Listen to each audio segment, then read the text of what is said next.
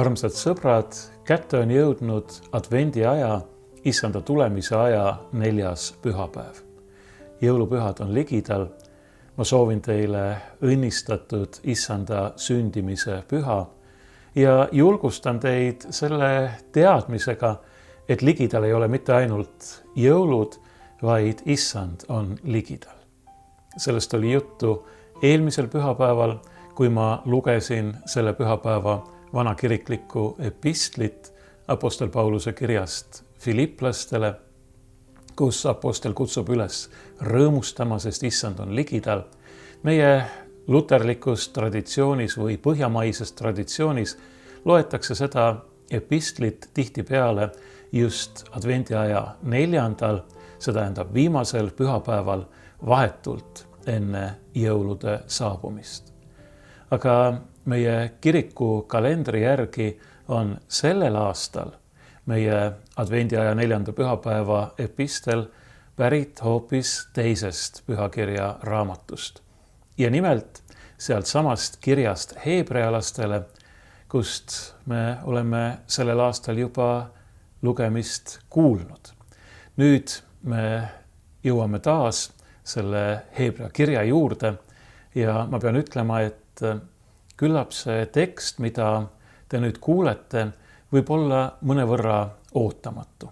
Eriti ootamatu advendi ajaks, jõulueelseks ajaks oleks see ilmselt siis, kui me loeksime kogu selle peatüki tervikuna, kust meie tänane epistel on võetud. Tegemist on üsna karmi ja hoiatava sõnumiga. Ja kui me tavaliselt oleme harjunud sellega, et jõulude ajal ja eel kõlavad pigem väga leebed sõnumid, siis jah, see kiri heebrealastele võib, nii nagu ma ka eelmisel korral, kui ma sellest kõnelesin, ütlesin, inimesi isegi veidi hirmutada. Tõsi küll, ärge kartke midagi hirmsat selles pühakirja lõigus, mida te nüüd kohe kuulete, siiski ei ole. Me leiame selle kirjast heebrealastele 6. peatükist. Meie kiriku kalendris on ette nähtud salmid 13–19, aga mina loen lisaks ka 20. salmi. Meie epistel kõlab nõnda. Kui Jumal Abrahamile tõotas, siis ta vandus iseenese juures, kuna tal ei olnud kedagi suuremat, kelle juures vanduda. Ta ütles, tõesti, õnnistades õnnistan ma sind ja rohkendades rohkendan ma sind. Ja nõnda, olles pikameelne, koges ta tõotuse täitumist. Inimesed vannuvad ju kellegi suurema juures, kui nad ise on. Ja vanne on neile kinnitus igasuguse vastuvaidlemise lõpetamiseks. Just seepärast, et Jumal tahtis tõotuse pärijaile veel selgemini näidata oma nõu kõikumatust, kinnitas ta seda vandega, et kahe kõikumatu tõsiasja läbi, milles on võimatu Jumala valelikkus, saaksime mõjuvat julgustust meie, kes oleme rutanud kinni haarama antud lootusest, mis on meile nagu hinge ankur, kindel ja kinnitatud. See ulatub vahevaiba taha sisimasse, kuhu Jeesus, meie eeljooksja, on läinud sisse meie heaks, saades Melkisedeki korra järgi igavesti ülempreestriks. Nagu ma ütlesin, see epistel võib tunduda üsna ootamatuna, sest et jõuludest, issanda sündimisest ei näi siin ju midagi kõneldavat. Aga siiski sobib see väga hästi just nimelt jõulueelsesse aega, issanda ootamise aega ja ma tuletan meelde, et me ei oota ju mitte ainult jõulupüha, vaid me ootame Jeesuse Kristuse tagasi tulemist selleks, et kõik lõpule viia. ja omadele taevariigi õnn ja rõõm kinkida. Ja just sellest tõotusest, et ta tuleb tagasi ja viib kõik lõpule, ongi siin selles epistlis juttu. Ja lisaks muidugi ka sellest, mida Jeesus on juba teinud. Tema, kes on meie ülempreester, kes ei ole toonud ohvriks mitte loomade verd, vaid kes on lunastanud meid, päästnud meid, ostnud meid vabaks omaenda püha ja kalli verega, surres meie eest Golgata ristil ja oma ülestõusmisega surmast, kurjast, patust ja hukatusest võitu saades. Aga vaatame, mida see meie tänane epistel meile siis õigupoolest õpetab. Kõigepealt siin alguses kõneldakse Abrahamist, Iisraeli rahva esiisast. Aga Abraham ei ole, kui me mõistame seda, mida Uus Testament meile tema kohta kuulutab õigesti, mitte ainult Iisraeli rahva esiisa, vaid ta on ka meie kristlaste isa. Sest et see, kes temast on sündinud, see tema seeme, nii nagu teda tõotustes nimetatakse, on ju viimselt Jeesus Kristus, kes on tulnud oma inimloomuse poolest just nimelt Abrahami soost ja saanud lunastajaks ning toonud Jumala õnnistuse kõigile neile, kes temasse usuvad, kes ta vastu võtavad ja kes on temas uuesti sündinud ning Jumala laste hulka arvatud. Mitte ainult Iisraeli rahvas ei kujuta endast Abrahami järeltulijaid, vaid tõotuse lastena, usu lastena oleme meie Abrahami ja temale antud tõotuste pärijad. See on Pühakirja Uue Testamendi väga selge kinnitus. Niisiis, kui Hebra kiri räägib meile siin Abrahamile antud tõotusest, tõesti õnnistades õnnistan ma sind ja rohkendades rohkendan ma sind, siis need sõnad, see tõotus on mõeldud ka meile. Meie, kes me oleme kristlased, kes me oleme Kristuses, selles Abrahami seemnes saanud ka Abrahami lasteks, oleme selle õnnistuse pärijad ja osalised. Ja meie oleme osa sellest suurest rahvast, keda Jumal Abrahamile, kes tollel ajal oli veel ilma lasteta, tõotas. Jumal andis Abrahamile oma tõotuse ja nii nagu siin öeldakse, vandus ei kellegi muu kui iseenda nimel. Vanne on kinnitus selle kohta, et mida me oleme öelnud, on tõsi. Tegelikult ei oleks sellist kinnitust tarvis. Jeesus ütleb mäejutluses, et me ei peaks andma mingeid vandeid, sest iga meie jah peaks olema jah ja iga meie ei peaks olema ei. See tähendab, meie sõna peaks olema alati kindel. Kellelgi ei tohiks olla põhjust kahelda selles, et me räägime alati tõtt ja see teeks igasuguse vannete andmise üleliigseks. Jumalal ei ole muidugi tarvis vanduda, sest Jumalas ei ole valet. Jumala juures ei ole mingisugune valelikkus võimalik, nii nagu me ka siit epistlist kuulsime. Aga sellepärast, et inimesed ise on kõikuva meelega. Jumal ikkagi annab vandeid ja tõotusi. Ja nii ka Abrahamile tõotades, et talle sünnib poeg, et sellest pojast saab alguse suur rahvas, et Abrahami nimes ja tema soo nimel või tema seemne nimel õnnistavad endid ja üksteist kõik rahvad ja me teame, et see Abrahami seeme on Kristus, nii nagu ma olen juba öelnud.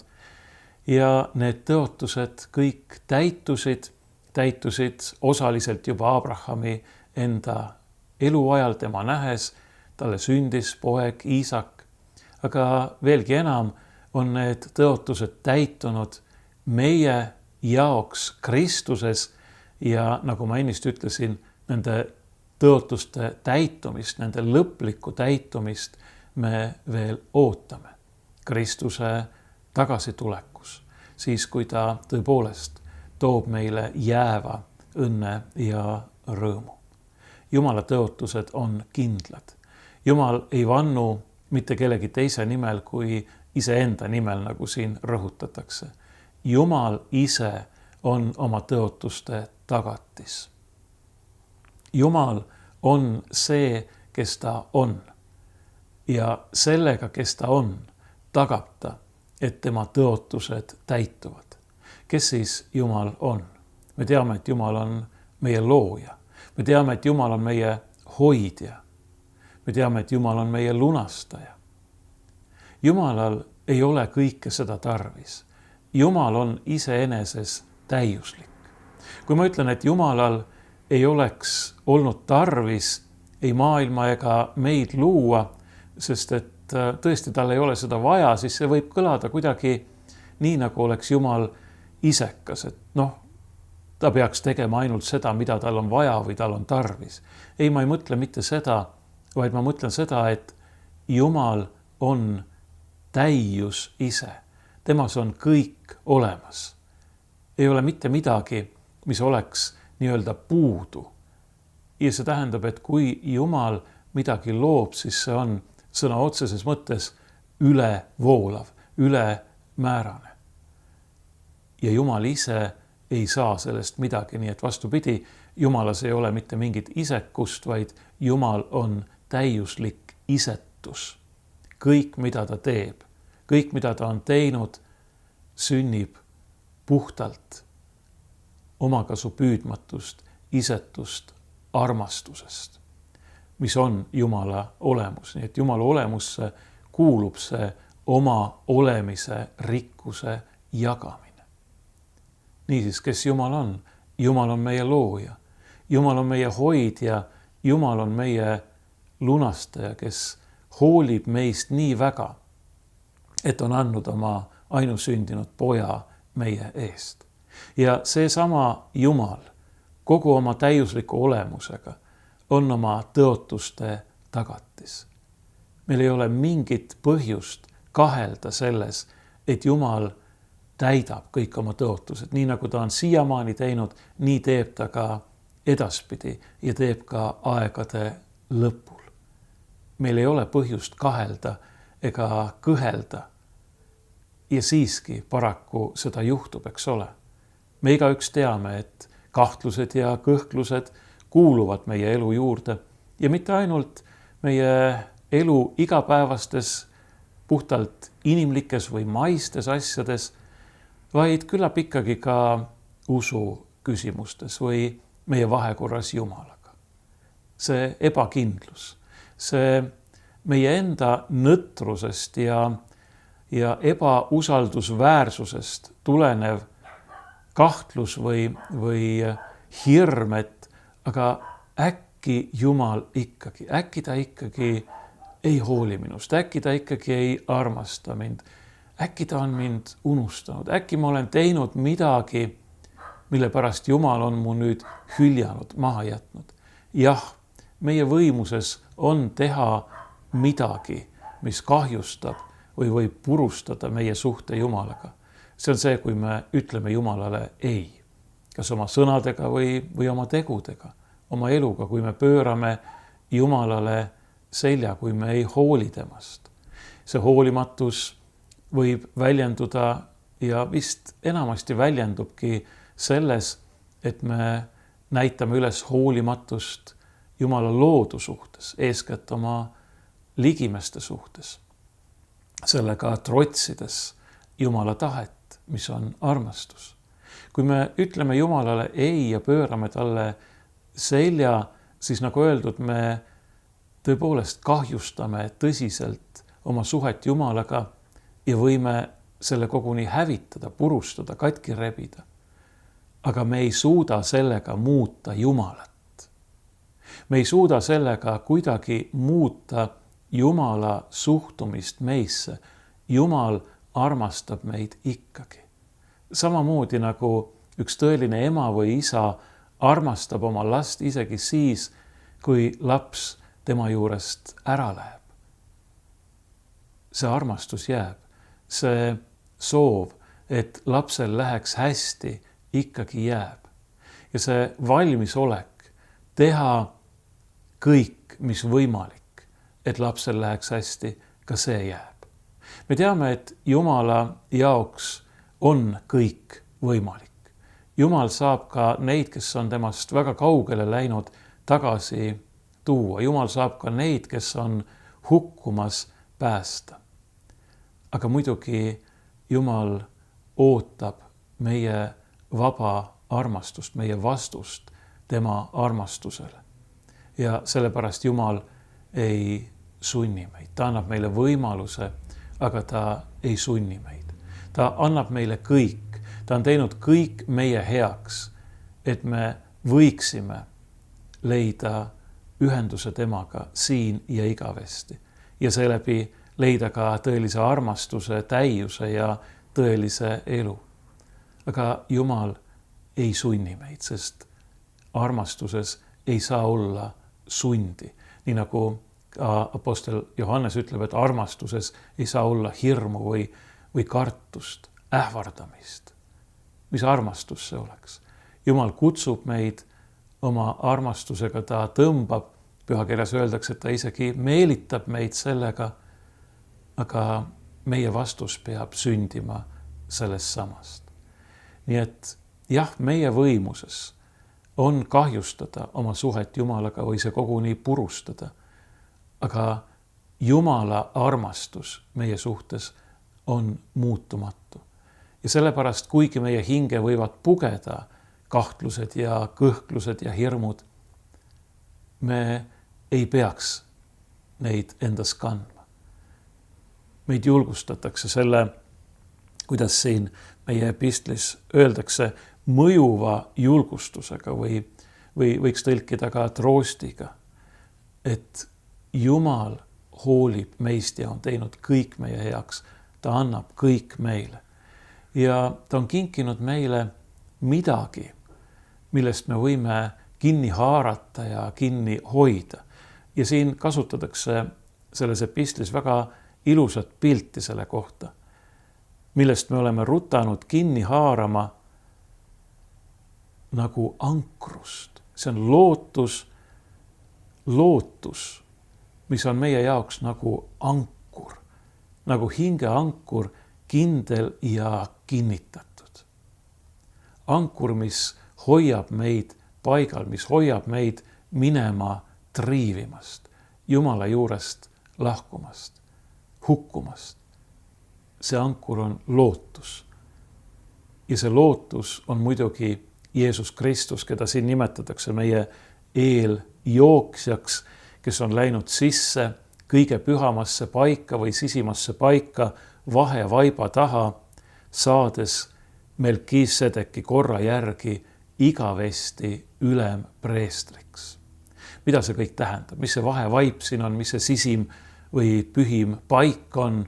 Mis see Melkisedeki korra järgi ülempreestriks saamine tähendab? Siin kasutatakse pildina Jeruusalemma templit, mis koosnes erinevatest osadest. Peamised nendest osadest olid need, mida nimetatakse pühamuks või pühaks paigaks, kus toimetati igapäevaseid ohvritalitusi, ja teine kõige püham paik, mis asus vahevaiba või eesriide taga ja kus paiknes ka seaduse laegas ning kuhu ainult ülempreester üks kord aastas suurel lepituspäeval võis sisse minna, et ohvri verega piserdada seda seaduse laegas, seaduse laeka peal olevat lepituskaant, nagu seda nimetatakse, teostades nõnda Jumala ees lepitust kogu rahva pattude pärast. Ja siin öeldakse meile nüüd siis, et Jeesus Kristus on see suur ülempreester, kes on läinud sellesse kõige pühamasse paika ja lepitanud meid Jumalaga oma vere läbi. See kõige püham paik ei ole muidugi mitte Jeruusalemma templi kõige püham paik, vaid nii nagu siin Hebra kirjas ka öeldakse, see on taevas ise. Ta on surnud, ta on üles tõusnud, ta on läinud taevasse ja seal on ta vahemeheks meie ja Jumala vahel. Tema, inimene ja Jumal Jeesus Kristus, kes on oma verega meie patud minema pühkinud, maha pesnud, meie süü kustutanud, meid Jumalaga lepitanud ja kelle isikus me oleme Jumalaga ühendatud, kui me ise talle selga ei pööra ja temast lahti ei ütle, nii nagu ma ennist juba kõnelesin. See Jeesuse ülempreestri amet ei ole mitte inimlik, vaid see on jumalik.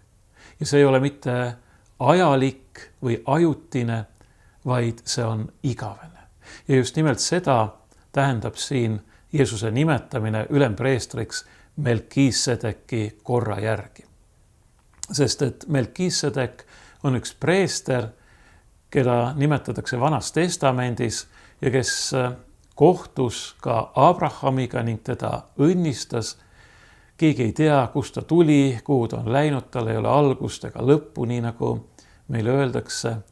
Ja ta ongi selline eelkujutis või sümboolne tegelane, kes kehastab seda ainsat tõelist ülempreestrit, kes on ka ilma alguse ja lõputa, kes on igavene, kelle preestri amet ei ole mitte inimestest, mitte maa pealt, vaid taevast, sest ta on tulnud Jumala enda juurest ja ta on inimeseks saanud Jumal ise.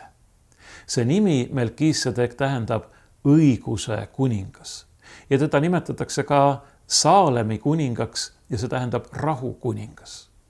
Ka need on viited Kristusele, kes on õiguse kuningas, kes on toonud ka meile oma õiguse, kelles me oleme Jumala ees õigeks mõistetud ja õigeks tehtud. Ja ta on ka rahu kuningas. Ta on toonud meile eeskätt rahu ja lepituse Jumalaga. Ta kingib meile ka südame ja hinge rahu. Ta tahab kinkida ka rahu inimeste ja rahvaste vahele.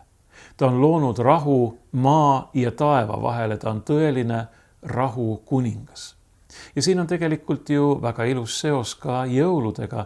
Me nimetame jõule rahupühadeks ja selle all me kristlastena ei mõtle mitte ainult seda, et me ise püüame elada jõulude ajal rahus, vaid me mõtleme just nimelt selle peale, et Jeesuses Kristuses on tehtud rahu maa ja taeva vahel.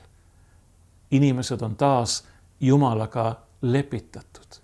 Mitte ainult mingi formaalse või juriidilise akti läbi, vaid tema enda isikus, kus on lahutamatult teineteisega ühendatud Jumal ja inimene.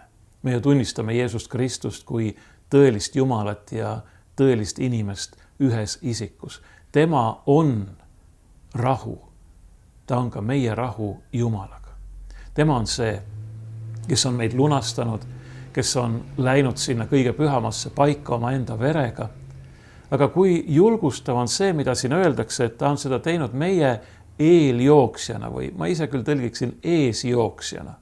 Tema on see, kes läheb ees, aga mitte selleks, et jääda üksinda sinna taevasele troonile võidutsema, vaid meie eesjooksjana, oodates meidki sinna või õigemini aidates meidki sinna, võttes meidki sinna.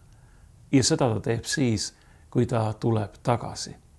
Ja seda tema tagasitulekut kirkuses ja aus ja väes me ju ootame. Need tõotused täidetakse. Jumal ise kogu oma olemise rikkuse ja täiusega, kogu oma armastusega on oma enda tõotuste, oma vannete tagatiseks.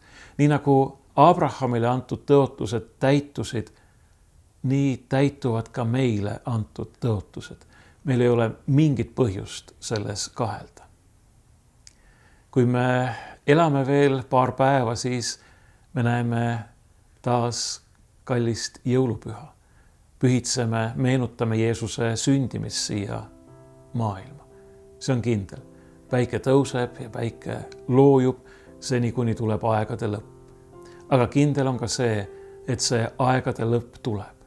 Ja siis ei ole meil vaja karta, mõelda hirmuga issanda taas tuleku peale, sest kui me usaldame ennast praegu siin usus tema kätte ja elame tema armastuses, siis me võime oodata tema taas tulemist selle rõõmsa lootusega, mis on meile nagu hinge ankur, mis hoiab meid igasuguste kahtluste, kõhkluste ja hirmude ja Jumala juurest eemale triivimise eest. Andku Jumal meile kõigile seda julgustust, seda lootust, kinnitagu ta meid ja õnnistagu ta meid. Ma soovin teile kõigile kauneid ja õnnistatud jõule ning peatset uut issanda aastat. Soovin teile julgust ja rõõmu ka issanda tagasituleku ootamisel.